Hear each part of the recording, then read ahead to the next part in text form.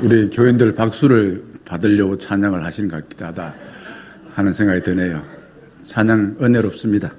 감사합니다. 아마 이런 마음으로 설계를 하시고 또한 공사를 하지 않았을까 하는 생각이 되어집니다. 우리가 보기에 마음에 안 드는 부분도 있겠고 좋은 부분도 있겠지만 아마 설계자와 공사자의 마음은 그러했으리라고 생각이 되어집니다.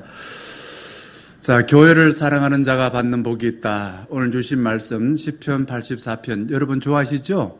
예, 정말 1절 말씀 어찌 보면 교회라는 대상이 아니라 우리 사랑하는 연인들 남편을 향해서 아내를 향해서 이런 마음을 담아서 전하는 것도 좋겠죠. 10절 이것도 참 아름다운 식구 같아요.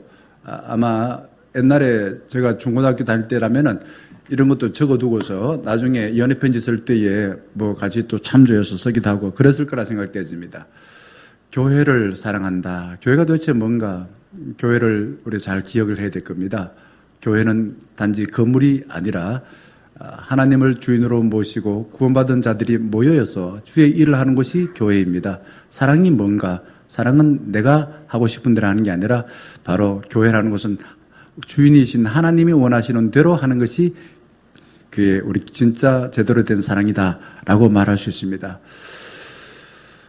사람은요, 이 눈을 가지고 있지만은 이 눈이 그냥 뭐 보고 싶은 대로 보고 이런 게 하는 게 아니라 관심에 따라서 보여집니다. 아주 중요한 표현이죠. 관심에 따라 보여진다 이거죠. 이제 어떤 관심을 갖고 있느냐에 따라서 이게 보이는 것이 달라져요. 똑같은 것인데도 그 사람이 갖고 있는 가치관이나 세계관에 따라서 다르게 보인다라는 것입니다. 아인슈타인도 그렇게 이야기를 했습니다. 이걸 두고서 세계관 이렇게 이야기하죠. 영어는 월드뷰 이렇게 말해요. 세계를 보는 관점 이렇게 이야기하죠. 그리고 개인적으로 봤을 때는 가치관 이렇게 합니다. 어떠한 가치를 중요하게 여기냐에 따라서 어떤 보이는 것이 달라진다라는 것이 그런 뜻인 것입니다.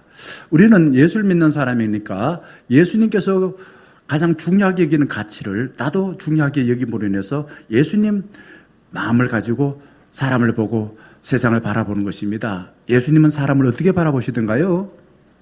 예수님이 중요하게 여겼던 가치가 어떤 것입니까? 예수님은 어떤 사람을 보더라도 함부로 보지 않았습니다. 모든 사람을 다 긍휼히 여겼습니다. 왜? 하나님이 만드신 창조 작품이기 때문에 그러한 것입니다. 시선이 여기저기로 돌아다니는 사람은 내 마음에 주인이 없다는 거예요. 주인이 없다는 겁니다. 그래서 면접을 할 때도 시선을 어디 두느냐가 상당히 중요합니다. 시선을 면접관에서 벗어나서 엉뚱한 것을 보게 되지만 그 사람 아무리 말을 잘해도 그 사람 빵점입니다. 내가 도대체 중요하게 여기는 게 뭔가 하는 것입니다. 저는 어릴 적부터 교회에서 자랐기 때문에 주로 약속을 장소를 정할 때에도 교회부터 먼저 보이기에 교회를 중심으로서 정할 때가 많았습니다. 8월이 되어지면 어떤 생각이 듭니까? 저는 8월이 되어지면 날씨가 무덥습니다. 그럼에도 불구하고 청소년 시기, 청년 시기 있었던 수련회가 저절로 생각납니다. 교회에서 봉사활동하는 것이 저절로 생각납니다. 그때 함께 은혜 나눴던 친구들이 생각나고 은혜 받았던 내용들이 생각나고 그곳이 어디였던가 생각하면서 겨울을 지나다 보면은 겨울이 후닥닥 잘 지나가더라고요. 큰 사람이 있고 작은 사람이 있습니다. 뭐 공자도 그런 이야기를 하죠. 군자가 있고 또한 아주 그냥 좁쌀 같은 사람이 있다 이야기하는데 그러면은 큰 사람은 어떤 사람일까? 큰 사람이 어떤 사람이요? 저는 어릴 적에 그런 이야기 많이 들었어요. 덩치 크다 이야기들. 그게 별로 좋은 이야기 아니에요. 덩치 크다. 아까 찬양했던 우리 조기삼 씨도 덩치가 좀 큰데 덩치 크면은 사람들한테 좀 그래요. 뭐 그렇게 좀 힘든 거 다 시키고 막 그리고 자꾸만 자기가 못하는 걸 자꾸 시키고 그리고 덩치가 산만하면서도 그것도 못하나 이렇게 좀 이야기하기도 그래요. 근데 큰 사람은 어떤 사람일까요? 큰 사람은 개인의 욕망을 넘어서 마을을 봅니다. 마을이 도대체 필요한 게 뭘까? 마을을 넘어서 한 나라를 봅니다. 한 나라의 필요를 넘어서 그리고 세계를 보게 되어집니다. 이게 큰 사람의 모습이에요. 사도 바울이 왜 큰 사람입니까? 자기 개인의 욕망을 이루기 위해서 산 사람이 아니지 않습니까? 하나님 나라 복음을 모든 사람들에게 전한 겁니다. 막하다합니다. 경산 사투리로. 백인들만 전한 게 아니라 흑인들한테 전하고 황인종한테 전하고 자기가 친한 사람만 아니라 모든 사람이 다 전했어요. 그렇게 전한 이유가 어디 있는가? 여러 가지 있겠지만은 그 핵심은 갈라디아서 3장 28절 말씀입니다. 너희는 유다인이나 헬라인이나 종이나 자유이나 남자나 여자나 다 그리스도 예수 안에서 어떠하다고요? 서로 차비를 나는 존재가 아닌 거예요. 우리가 봤을 때는 달라요, 다.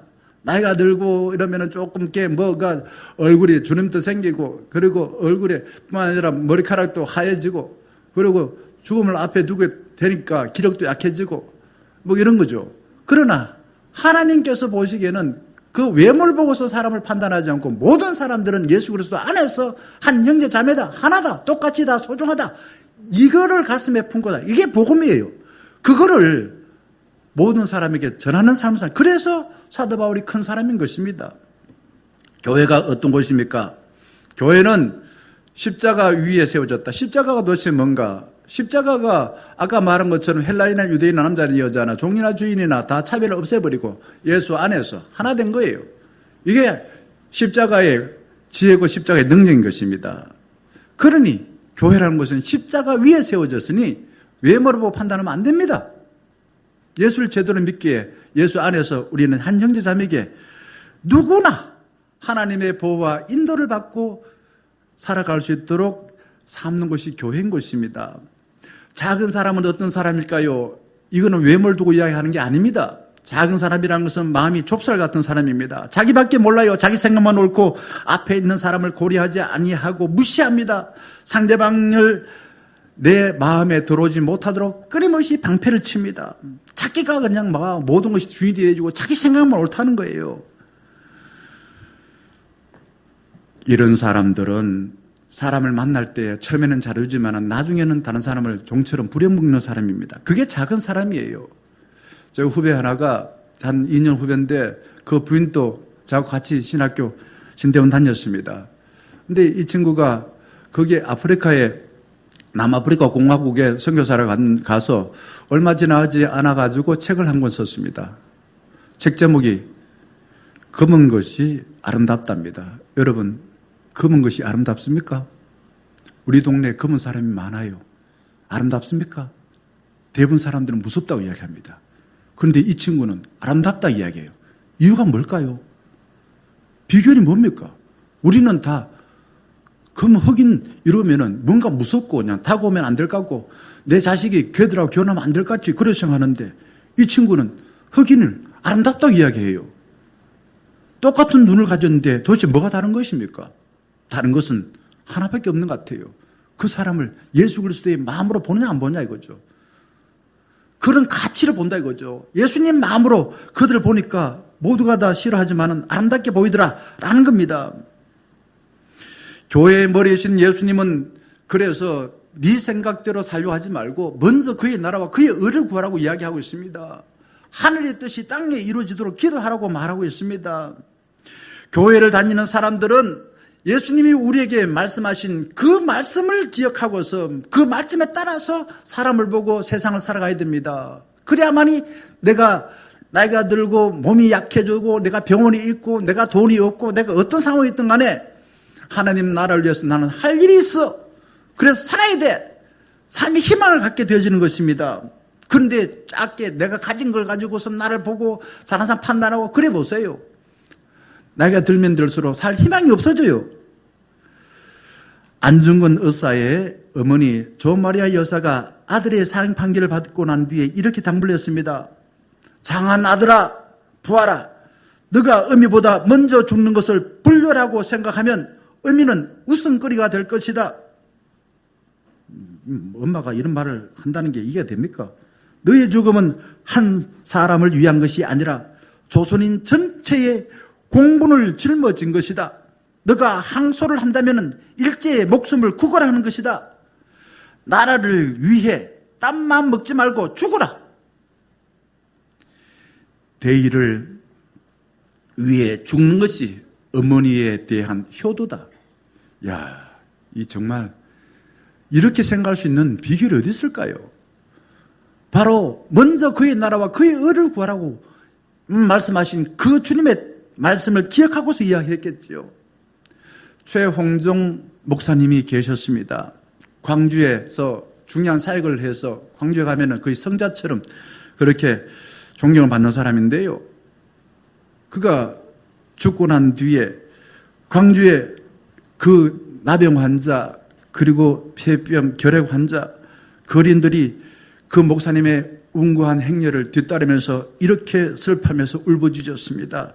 아버지가 가시면 누가 우리를 보호해 주십니까? 그 목사님을 아버지라고 하고 자기를 보호해 줬다 이거죠. 돌아가셔서 이제 우리는 불안해 살 수 없습니다 라고 부르짖었습니다. 근데 최홍종 목사님이 이렇게 살 수 있었던 비결이 뭘까? 예전에 포사이드 선교사가 나 환자를 자기 말에 태워서 병원에 가는 걸 보고서 충격을 받았습니다. 어찌 저 이방인, 외국인이 자기 나라 사람도 아니고 자기 가족도 아닌데 우리나라 와서 낯선 사람을 그 나병 환자를 자기 말에 태워간다? 고민을 했습니다. 나라면 그렇게 할 수 있을까? 도저히 불가능하다고 생각했습니다. 그런 가운데 예수 믿는다는 것은 바로 저런 것이구나. 나도 저렇게 살아야지 라고 마음의 다짐을 하였습니다. 그리고 무등산 그 끄트머리 거기에다가 여수 예양원을 지었습니다. 그게 바로 나병 환자를 위한 최초 병원이었습니다. 결혼하는 부부요, 처음에는 다 이렇게 이야기합니다. 당신 없으면 못 살아. 정말 못 살아. 그런데 한 20년 정도 더 짧아졌나요? 한 10년 정도 사고 나면 당신 때문에 못 살겠어. 정말 못 살겠어. 당신 때문에 못 살겠어. 정말 못 살겠어. 이렇게 많이들 이야기합니다. 결혼해서 10년, 20년, 30년 지나서도 당신 때문에 못 살겠어. 이렇게 이야기하자고 당신 없으면 못 살겠어. 라고 말하는 사람들이 있으면 좋겠어요. 이렇게 하다가 죽기 전에 이제 깨닫고 말입니다. 오늘 설교를 듣고 나면 이렇게 이야기할 거예요. 당신 덕분에 내가 잘 살았어. 당신 덕분에 잘 살았어. 저희 아버지도 돌아가시기 전에 그러더라고요. 엄마가 이런저런 불평을 하고 그래도 너 엄마 덕분에 너희들 공부시키고 너 엄마 덕분에 우리 가정이 이렇게 일궈졌어. 이런 이야기를 하시더라고요. 제가 그 말이 감동이 되어서 오늘 추도 예배인데 오늘 가서도 우리 가족들과 같이 이야기 나누려고 생각합니다.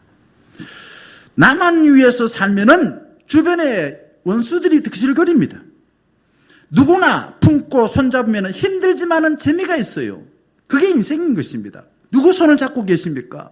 내가 손을 잡은 사람들이 결국 좋은 기억으로 남아서 내가 죽고 난 뒤에도 그 사람은 아까 최홍정 목사님 돌아가시면서 아버지 계시지 않으면 누가 우리를 보호합니까?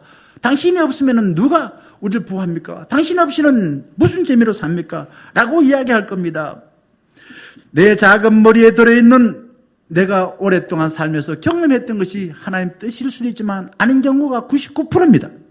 내가 알고 있는 지식, 부모로부터 강요된 그 지식이 하나님 뜻이 아닌 경우가 99%입니다. 그런데 우리는 하나님 뜻인 줄 알고서 살아갑니다. 내 마음에 예수 그리스도를 주님으로 모시는 것이 신앙생활이에요. 우리는 그걸 하기 위해서 이 시간 이 자리에 나온 것입니다. 교회가 어떤 것입니까? 교회는 내가 원하는 걸 다 해줘야 됩니까? 교회 오면 다 해줘야 돼요. 저는 그런 사람이 다 있으면 힘들어요. 어제도 어떤 친구 하나가 불쑥 전화해서 목사님 쌀이 없어요. 반찬이 없어요. 내가 몇 번 이야기도 안 돼요. 그 어떻게 해요? 저는 먹고 난 뒤에 나가서 또 쌀이 없다는데 필립 얀 씨가 쓴 교회 나의 고민 나의 사랑이라는 책에서 교회 공동체를 이렇게 이야기합니다. 사도 바울이 말한 갈라디아서 3장 28절 말씀과 비슷합니다. 교회 공동체는 화목케 하시는 하나님의 사랑을 모든 인종, 모든 민족, 계급, 나이, 성을 초월한다. 초월한대요. 누구나 다 예수 안에서 한 형제 자매, 한 가족이 되었다는 겁니다. 그런데 우리는 자꾸만 내 자신에 갇혀서 상대방을 생각해요. 내한테 잘해주면 좋은 사람, 내가 원하는 것을 안 해주면 나쁜 사람. 누구 판단입니까? 내 작은 생각으로 판단하는 거예요. 교회 공동체는 예수 그리스도의 사랑으로 인간이 만들어 놓은 벽을 허물어버립니다. 그리고 한 가족이 됩니다. 그러나 우리 현실은 늘 갈등하고 문제가 있습니다. 가족도 그렇습니다. 교회는 나만 특별히 대우해주고 내가 원하는 것을 다 주는 곳입니까? 내가 원하는 거 주는 것이 아니라 하나님을 사랑해야 됩니다. 그래서 예수님도 먼저 뜻을 다하고 힘을 다하여 주 하나님을 사랑하라고 말하지 않았습니까? 오늘 주신 봉독한 말씀에 보게 되면 그렇게 말하고 있습니다. 교회는 누구나 다 하나님의 사랑을 받아서 하나님의 사랑을 우리도 하는 사람입니다. 하나님의 사랑을 기억하고 그 은혜를 받아서 나도 하나님의 사랑을 하여서 주의 일에 참여하는 것이 교회인 것입니다. 교회를 사랑하면은 12절 마지막 절처럼 이렇게 된대요. 어떤 복을 받습니까? 저는 신명기 28장에 보게 되면 들어와도 복을 받고 나와도 복을 받고, 요거는 아니고요. 이렇게 복을 받는다 이야기합니다. 자, 12절에는 주께 의지하는 자는 복이 있다. 이렇게 말해요. 자, 메시지 성경에서는 이렇게 말합니다. 만군의 하나님이 함께 하시니 가는 길 어떠하다고요? 순탄합니다. 순탑이 아니고 순탄합니다. 이렇게 돼. 그죠? 갓난 아기에게는요, 갓난 아기를 볼 때에 기쁘지만 힘들어요. 왜요? 지가 원하는 대로 해줘야 돼요. 애들은 그래요. 지 원하는 대로 안 해주면 안 됩니다. 금방 마음 바뀌더라고요. 내가 원하는 대로 애가 해주면 얼마나 좋아요. 그런데 안 돼요, 안 돼요. 애들은 안 되더라고요. 그래서 애한테는 기대를 다 내려놔야 됩니다. 원하는 대로 해줘야 돼요. 자다가 그냥 울면은 내가 원하는 대로 난 일어나기 싫어, 잠자야 돼. 그러면은 참어 이렇게 말합니까? 안 하잖아요. 그게 사랑인 것입니다. 사랑은 내가 원하는 대로 되는 게 아니라 상대방이 지금 필요한 것이 무엇인지 알고서 그걸 즐거운 마음으로 해주는 게 사랑인 것입니다. 교회에 나오고 싶으면 나오고 봉사하고 싶으면 봉사하고 그냥 가보니까 교회 목사님 없대요. 그럼 교회 목사님 안 계시고 만나 어디 다니십니까? 이렇게 항상 가끔 있어요. 그런 사람들은 자기가 원하는 대로 교회에 나와요. 그리고 자기가 원하는 데 목사 있어야 돼요. 이런 사람은 교회를 사랑하는 것이 아니라 자기를 위해서 교회를 이용하는 사람들입니다. 만사를 자기 기준으로, 자기 판단, 자기 생각으로 판단하는 것이에요. 믿음의 사람들은 하나님이 나를 어떻게 사랑했는지, 하나님은 어떻게 보는지, 그걸 가지고서 나도 그렇게 한번 해보는 거예요. 그렇게 한번 예수님이 어떻게 했는지, 하나님 어떻게 하는지 흉내 내보는 겁니다. 우리 처형은요, 둘째 처형이 있는데 좀 사람이 말은 쌀쌀맞게 말을 합니다. 그런데 참 따뜻해요. 특히 저한테 잘해줍니다. 타인을 위해서는 돈 잘 써요. 그런데 자기를 위해서 돈 잘 안 써요. 명절에 만나면은 목사가 가난한 목사니까 기름이라도 넣어가세요 라면서. 그리고 학교 다닐 때는 등록금도 주기도 하고. 다른 사람을 위해서는 그렇게 아주 그냥 따뜻하게 해주죠. 자기 남편이 예수를 늦게 믿었어요. 우리 아내가 같이 살면서 예수를 교회를 믿는, 교회 다니는 것을 별로 좋게 생각 안 했어요. 그런데 한 25년 전에 예수를 믿고서 남편 또 교회 그냥 운전해서 따라 나오기만 했지 교회 예배 안 드렸습니다. 그러다가 늦게 이제 외국에서 돌아오고 난 뒤에 제자 훈련을 받을래, 안 받으면 나하고 이혼할래, 뭐 이런 식으로 협박을 한 거예요. 그래서 동서가 60 넘어서 제자 훈련을 받고 열심히 신앙생활하고 사람이 확 바뀌어버렸어요. 그리고 남성 구역장이 되었습니다. 그리고 교회 안수집사 되었습니다. 대표 기도를 잘 하려면은요, 교회 공동체 구성원들을 사랑하면 잘해요. 말빨이 센 게 아니라 교회 구성원들을 사랑하면은 대표 기도를 잘 할 수 있다 이거죠. 좋은 교사가 되는 것은 성경 지식을 많이 하는 게 아니라 학생들의 마음을 잘 헤아리고 그 마음에 필요한 것을 말씀을 통해서 전하는 사람이 되면은 좋은 선생이 되어지는 것입니다. 우리는 흔히 피가 물보다 진하다고 말합니다. 이게 무슨 말일까요? 맞습니까? 틀렸습니까? 맞습니까? 틀렸습니까? 맞는 것 같기도 하고 틀린 것 같기도 하고, 목사님이 그렇게 말하니까 난 맞다고 생각했는데 좀 틀립니까? 그렇게 말하는 생각 드는 사람이 많을 거라 생각합니다. 한번 생각해 보세요. 예수님은 우리와 피를 나누지 않았습니다. 그런데 우리를 위해서 자기 몸을 다 바치고 피를 흘려주셨습니다. 얼마나 우리를 사랑하셨으면 그렇게 하셨을까요?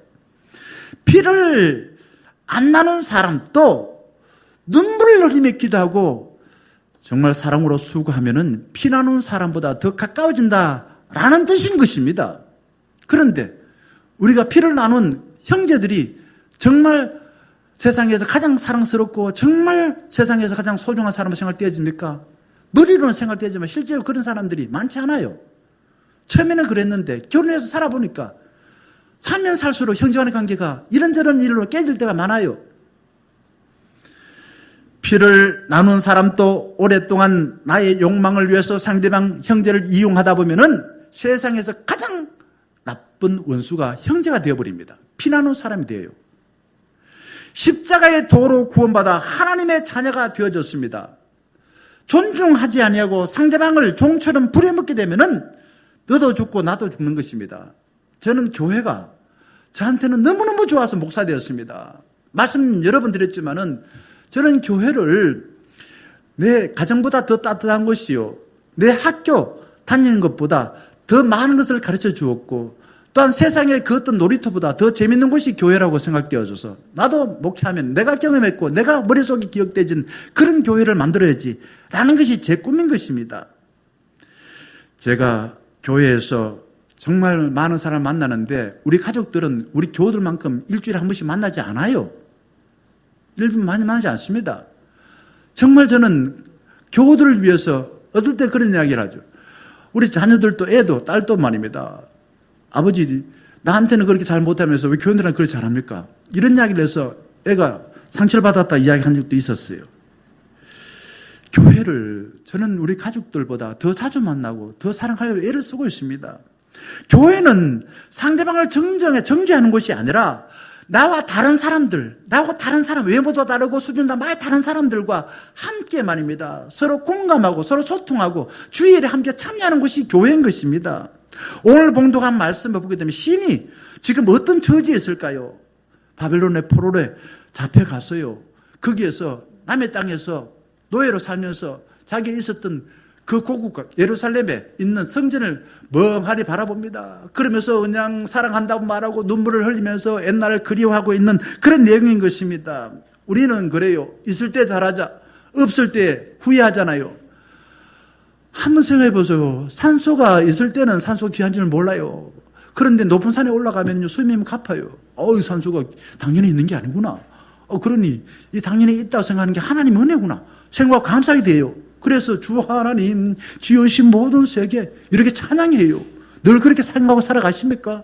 당연한 게 어디 있습니까? 다 하나님 우리를 사랑해 주신 것이죠. 부부도 그렇습니다. 한쪽이 먼저 가게 되면은 있을 때 잘할 걸 이렇게 생각합니다.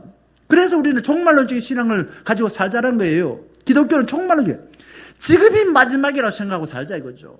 지금 내가 옆에 있는 사람을 마지막이라고 생각하고서 존중하고 최선을 다하여 사랑하자.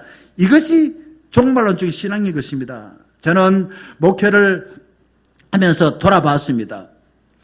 내가 몸으로서 말씀을 실천하지 못한 게 참 죄송하고 민망했었어요. 머리로 아는 것, 그것이 전부인 줄 알고서 실천하지 않는 것이 하나님께 부끄러웠습니다. 유대 백성들은 바벨론의 포로로 잡혀가서 고향을 등지고 예배를 드리지 못하게 되자 뒤늦게 하나님과 함께 교제하는 예배 시간을 사모했습니다. 예배 드릴 수 있는 그 자리가 얼마나 좋은가, 얼마나 좋은가. 그런데 예배 드릴 수 없어. 성전이 없어. 모이지 못해. 그걸 언제 경험했습니까, 우리가? 지난 코로나 때 경험하지 않았습니까? 예배 못 드릴 때. 다들 그래요. 이제 끝인가? 유교도 안 그랬는데, 일본 식민지도 안 그랬는데, 다시 대면으로 예배 드릴 때 그 첫 감격이 어땠습니까? 이게 죽다 살아나고 난 뒤에 뒤늦게 깨닫는 감격인 것입니다. 그들은 하나님 만나기를 얼마나 사모했는지 1, 2절에서 말하고 있어요. 1, 2절에 말하고 있습니다. 얼마나 사모하는지요. 하찮은 참새와 제비들도 처마 밑에 보금자를 찾는 것처럼 하나님은 하찮은 사람들도 제비처럼 사랑하여서 그들을 보호해 주시고 그들이 필요함을 주신다는 겁니다. 하나님은 그들을 또 사랑하신다는 거죠. 3절 말씀에 그래서 나의 왕 나의 하나님이라고 고백합니다. 어디에 있으면 마음이 평안하고 든든합니까? 어린아이들은요 부모 품에 있으면 만사 오케이입니다. 우리는 시편 23편을 엄청 좋아하죠. 하나님 나의 목자시니 내게 부족함이 없으리로다 라고 말합니다. 자, 그런데 사람들은요 이게 정말 하나님을 나의 목자, 하나님은 나의 하나님 이렇게 입으로는 말하지만 그렇게 잘 안 다가와요. 늘 내가 해주는 대로, 내가 시키는 대로 하나님 해줘야 돼요. 내가 기도하는 대로 하나님 들어줘야 돼요. 이렇게 생각해요. 그래서 심리학자들이 인간의 마음을 다양하게 분석합니다. 메슬로우는 욕구 5단계를 이야기합니다. 그래 네리 크랩이라는 심리학자이죠. 우리 목사인데 상담가가 이런 말을 합니다. 영적 가면을 벗어라라는 책 보게 되면은 사람의 세 가지를 갈망한대요. 첫 번째가 가벼운 갈망입니다. 이거는 인간의 생리적인 거, 먹고 입고 자고 기본적인 것들을 갈망한다. 이거는 인간이나 동물이나 다 필요합니다. 그래서 우리는 그런 이야기합니다. 개들도 자기에게 먹이주는 사람을 주인으로 생각한다. 이런 이야기합니다. 애들 똑같습니다. 아직도 우리 집 돌도 안 된 애들은요, 낯가림이 없습니다. 지한테 잘해주면 다 좋아요. 자기 잘해주면 다 자기 부모인 줄 알아요. 우리는 매일 생활에 필요한 것을 주면서 희생하는 엄마를 좋아해요. 아버지는 눈에 보이지 않아요. 별로 중요하게 해주지 않는 것 같아요. 근데 엄마는 필요한 걸 늘 주니까 나이가 들어도 엄마는 자기한테 소중한 사람으로 다가옵니다. 주님의 품에서 하늘의 양식을 먹고 살 때에 우리 마음이 평안해지고 우리 하는 일이 잘 되어지고 12절 말씀처럼 우리 내내 하나님 약속하신 복을 누리고 살아간다는 겁니다. 그런데 우리는 안식이든 주일이든 쉬지 않아요. 내가 힘이 있어, 나는 능력이 있어, 이런 걸 보여주기 위해서 일을 해. 그냥 내가 원하는 그 일들을 해서 사람들에게 내 자신 능력이 있다는 과시하고 싶어 해요. 그런 사람들은 늘 어떤 사람처럼 마치 그냥 잠자는 사자 콧다를 건드려가지고 도망치는 그런 어떤 얼룩말처럼 살아가요. 그냥 바쁘게 살아가요. 허겁지겁 살아가요. 정신없어. 왜? 마음이 불안해요. 주인이 없어요. 주인이 없으니까 하나님 주신 평안을 누리지 못하고 하나님이 주인 삼고서 하나님이 원하시는 대로 내 마음이 순적하게 순종하고서 하나님 기뻐하시는 일을 위해서 살고 이러지 못한다 이거죠. 두 번째 중대한 갈망이 있습니다. 중대한 갈망이 뭔가? 사람들하고 서로 친해지고 인정받고 그리고 품위를 유지하는 것이에요. 메슬로도 이 비슷한 이야기예요. 사람이 기본적인 욕구를 채워지게 되면 안전에 대한 욕구, 사회적인 욕구, 존중받고 싶은 욕구 이런 욕구가 생긴대요. 세 번째, 네 번째 이렇게 된다는 겁니다. 사람들과 관계에서 필요한 것을 배우지 못하면은 사람이요 불안해져요. 일찍이 부모가 돌아가신 사람들, 부모가 계셔도 부모가 자기를 돌봐주지 못한 사람 늘 나 자신이 불안해요. 내가 내 스스로 지키지 못하면은 나는 살 수가 없어. 열심히 삽니다. 열심히 살아요. 그리고 사람과 관계 속에서 상처를 받은 사람들은요 늘 피해의식에 의해서 내 자신의 마음이 지배당합니다. 가까운 사람에게 내면한 것을 보여주기 때문에 세상에서 상처받는 대상은 자기 가족이나 형제입니다. 멀린 사람은 내 자신의 내면한 걸 보여주지 않아요. 별로 상처 줄 일이 없어요. 상처 주는 사람은 가까운 사람입니다. 그래서 저는 예수님은 사랑하라고 말하면서 우리를 용서하셨구나. 사랑하면 아파요. 사랑하면 마음이 아프고 사랑하면 괴로워요. 사랑하기 때문에 상처를 받아서 용서를 받아야 되고 용서를 해줘야 됩니다. 예수님께서 그렇게 하셨습니다. 사랑하다가 실패한 제자들을 찾아가셨습니다. 갈릴리 바다에 있는 제자들 찾아가서 네가 나를 사랑하냐 네가 나를 사랑하느냐 이런 말씀하셨어요. 이게 무슨 뜻입니까? 제발 네가 실패한 것 때문에 네 자식 불안해가지고 나 도망치려고 하지 말고 내가 네 사랑하니까 내 사랑을 받아가지고 너도 이제 나를 좀 사랑해줘. 너 이제 과거에 실패했던 건 다 용서해주니 이제는 네 자신을 사랑하여서 이렇게 숨어 지내지 말고 하나님이 약속하신 하나님 나라 복음을 위해서 살아라. 그게 모든 양들을 사랑하여서 제자 삼고 그들을 먹이는 것입니다. 그게 사람을 사랑하는 거예요. 다른 사람 사랑하지 못하는 삶을 사는 것은 자기 사랑에 실패해서 자기 자신을 용서하지 못하기 때문에 사랑할 사람이 없어서 두려워가지고 숨어 지내는 것입니다. 세 번째 사랑은 결정적인 갈망이 있습니다. 이거는 마음 저 깊은 곳에 어떤 인간에 있는 갈망이에요.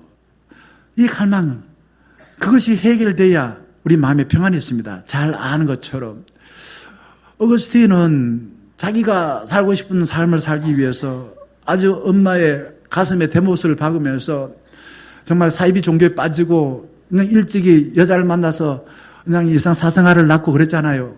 그러다가 방황하다가 자기 자신 괴롭히고 엄마의 뜻을 어긋나게 하다가 결국 죽게 돌아오고 난 뒤에 뭐라고 말했습니까?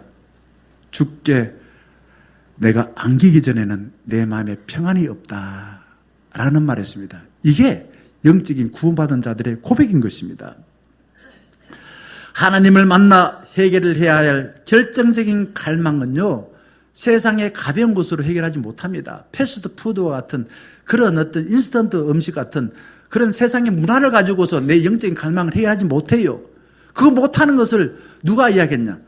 그게 이제 요한복음 4장에 나오는 남편이 6명이나 있었던 그 여자입니다. 사마리 우물가에서 만났던 여자는 자기 영적인 갈망, 근본적인 그 갈망, 하나님을 만나야 해결될 문제를 남자를 통해서 해결하려고 그랬어요. 해결 안 됐어요. 그러다 보니까 남자를 자꾸 바꿨죠. 바꾸고. 5절, 7절 말씀 보세요. 이렇게 말합니다. 힘을 다해 우리의 갈망을 해결해 주신 하나님을 찾아 순례하고 있습니다. 5절 보게 되면은 하나님께 힘을 얻고 마음의 시온의 대로가 있는 자들은 복을 얻으려고 하나님을 찾고 만나기를 갈망한다 라고 말하고 있습니다. 여러분, 하나님을 만나야 우리 마음에 내가 뭘 갈망하고 있는지 모르는 그 갈망이 해결되고 구원받은 사실에 놀라워하며 기뻐하고 감사하며 살아감으로 인하여서 메뚜기처럼 그냥 여기 뛰고 저기 뛰고 아까 말했던 사마리 우물가의 여인처럼 남자를 이용해서 내 자신의 갈망을 하고자 하는 그 갈망 자체가 사라지게 됩니다. 그래서 내 영혼 평안해, 내 영혼 평안해, 내 영혼 평안해 라고 고백하게 되어진다는 겁니다. 하나님이 계시는 교회에서 하나님을 만나는 기쁨을 만끽해야 됩니다. 10절 말씀 보게 되면은 하나님이 계시는 그 성전에 하루 있는 것이 하나님 없는 세상에 첫날보다 낫다고 했습니다. 이게 엄청난 중요한 고백인 것입니다. 여러분 어떠세요? 제가 어떨 때는 프로야구를 좋아해서 야구를 봐요. 할 수도 있죠. 야구 좋아하시는 분 많잖아요. 근데요, 어때 보고 난 뒤에는 진짜 어떨 때 더 스트레스 받을 때가 있어요. 그거 받으면 내가 좀 마음이 좀 평안해질 줄 알고 해결될 줄 알고 봤는데 안 그래요. 자, 하나님이 만드신 피조물들은 하나님의 품 안에 있을 때에 마음의 평안이 있습니다. 고등학교 다닐 때 제가 그때는 찬양단이 별로 없었어요. 교회는 찬양단 더더욱 말할 것도 없고 그때 있었던 찬양단이 늘 노래 찬양단이었습니다. 부산에서 생긴 찬양단인데 그 찬양단이 부른 노래가 가슴에 와닿았어요. 불평, 불만과 환멸 가득 찬 이 세상에 너는 무엇 위에 사는가? 그럽니다. 그러면서 나중에 참된 자유, 참된 평화, 원망과 불평하면서 자기들이 고백합니다. 나는 술집에서 그냥 밴드로서 그냥 흥청만져 살면서 세상 쾌락에 빠져왔어요. 그런데 예수를 만나고 났는데 다 버렸어요. 내가 노래하는 것을 이제는 한 영광을 위해서 살겠어요. 이렇게 신앙 간증을 합니다.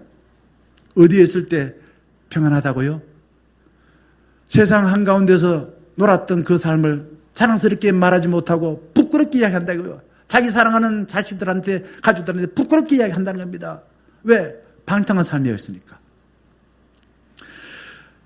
10절 말씀은요, 몸살 날 정도로 하나님을 사모한다는 겁니다. 그래서 악인이 있는 장막에 사는 것보다 내 하나님에 계시는 성전 문지기로 있는 것이 더 좋다고 말합니다. 어디에 있는 것이 더 좋다고요? 하루하고 첫날하고 숫자로 봤을 때는 이거는 게임이 안 돼요. 그런데 예배드리는 이 한 시간이 우리가 일주일 동안 살 수 있는 힘을 얻는다는 겁니다. 그래서 예배를 나오는 거죠. 결국 주신 말씀을 보게 되면 숫자보다 더 중요한 것은, 열심보다 더 중요한 것은 내 마음의 방향이 어디에 있느냐 이거죠. 그리고 그 사람을 향해서 얼마만큼 사랑하냐 이거죠. 우리는 삼일체 되신 하나님을 사랑하는 겁니다. 그래서 예배를 내 자신의 산제물로 바치고서 하나님을 몸, 마음, 뜻을 다해서 사랑하고 그리고 받은 은혜를 가지고 일주일 살겠다는 겁니다. 새로운 세상을 꿈꾸는 사람은 잠을 자지 아니하고 밤을 새면서 책을 보고 연구합니다. 위대한 작가들은 밤을 새면서 화폭에 자기가 마음에 이미 하나님으로부터 받은 그 세계를 그려나가고 있습니다. 저는 리모델링 정말 힘들어요. 정말 저는 이전 교회 있을 때도 교회 그냥 마지막 건축이 마무리되지 않았고 그리고 건축하는 사람이 보도내고 도망가 버려가지고 그거 짓는다고 애먹고 또 옆에 건물 하나 짓는 거 교회 PD 3억 있었는데 그거 갖고 또 뭐 이렇게 또 그냥 2억 넘게 돈 들어가고 그거 하는 거 정말 힘들었습니다. 그래서 중년기에 와서는 건축이고 리모델링 그런 거 하지 말아야지. 그런 생각을 했는데 오자마자 보니까 이게 안 되겠더라고요. 여러분, 리모델링 왜 합니까? 아까 우리 김 장로님 기도하신 것처럼 다 알다시피 그래요. 우리는 이 다윗이 하나님의 전을 짓는 걸 얼마나 사모했는지 알아요. 다윗이 사는 것이 그렇게 뭐 하나님 뜻대로만 살았습니까? 안 그래요. 죄를 많이 지었어요. 그런데 다윗은 하나님의 전을 짓는 것을 얼마나 사모했는지요. 시편 27편 4절 보게 되면 평생을 하나님의 집에 거하여 여호와의 아름다움을 앙망하며 사모한다. 시편 69편 9절 주의 집을 위하여 열성이 자신을 삼켰다. 시편 65편 4절 주의 뜰에 거하신 사람은 복이 있다. 결국은 하나님의 전에 거하는 것, 이거는 세상의 천나보다 낫다는 것을 다윗이 이야기한 겁니다. 다윗은요, 하나님의 사랑과 은총을 받아 거룩한 삶을 살겠다는 겁니다. 다윗은요, 자신이 가진 전 재산을 팔아서 교회를 세우기 위해서 만반의 준비를 다 했습니다. 그런데 하나님은 다윗 너 안 돼. 왜? 손에 피를 많이 묻혀서 안 돼. 네 아들한테 짓게 해. 라고 했어도 다윗은 하나님께 원망하지 않았습니다. 하나님 알겠습니다. 우리 아들 통해서 건축 짓고 저는 제 마음입니다. 이렇게 건축 지을 수 있는 최선의 준비를 다 했습니다. 라고 고백하였습니다. 주님의 전에서 하나님의 만나기를 사모하였던 다윗을 하나님께서는 크게 아름답게 소중하게 사용하였던 것입니다. 여러분, 우리 교회 리모델링 끝나갑니다. 우리 교회에서 뭘 하기를 원하십니까? 하나님의 은혜를 삼하며 예배를 잘 드립시다. 방마다 성교회든 구역이든 방마다 모여가지고 받은 은혜를 나누면서 기도 제목을 나누고 그리스도의 사랑으로 교제하고, 그래서 방마다 이제 여기는 내 방이구나, 교회 와서 이곳에서 함께 교제해야지 라고 생각하시면서 함께 더불어 살아온 사람들과 아름다운 교제를 해나가기를 간절히 바라겠습니다. 리모델링 한 뒤에 어머니 품과 같은 우리 교회에서 마음의 평안과 안식을 맛보시고, 내가 친한 사람만 아니라 서 있는 사람 누구든지 오시오. 거기 서 있는 사람, 세상 사람 다 오시오. 마음의 평안이 없는 사람 오시오. 와서 함께 앉아가지고 주의 은혜를 나눕시다. 은혜 나누고 서로 사랑으로 수고하고 서로 눈물로 기도해 줍시다 라고 하며 축복하는 그런 기회가 되면 좋겠습니다. 교회 각각 방에서 성교회 구역별로 모여가지고 기도 제목을 나누시고 기도해 주시고, 그리고 웃은 것도 만발하게 피어나는 그런 모임의 공간이 되면 참 좋겠습니다. 세상 유혹에 눈이 멀어서 메뚜기처럼 정신없이 돌아다니면 남는 것은 후회할 밖에 없습니다. 리모델링 한 뒤에 교회에서 주님과 은밀한 데이트를 하고 만나는 누구나 환대하시기 바랍니다. 누구나 환대하시게요. 눈만 뜨면은 먼저 3분 동안 내 가족을 위해서, 우리 교회를 위해서, 이 나라 이 민족을 위해서 기도하실 때에 우리 삶이 아름답게 기억되지고 하나님이 좋게 기억하는 삶이 될 줄 믿습니다. 사랑하는 중녀가족 여러분, 우리 영혼의 고향 같은 어머니 품속 같은 우리 교회에서 더 늦기 전에 하나님을 뜨겁게 사랑하여 세상이 줄 수 없는 깊은 갈망이 해소되어 마음의 평안과 기쁨이 넘치기를 바라겠습니다.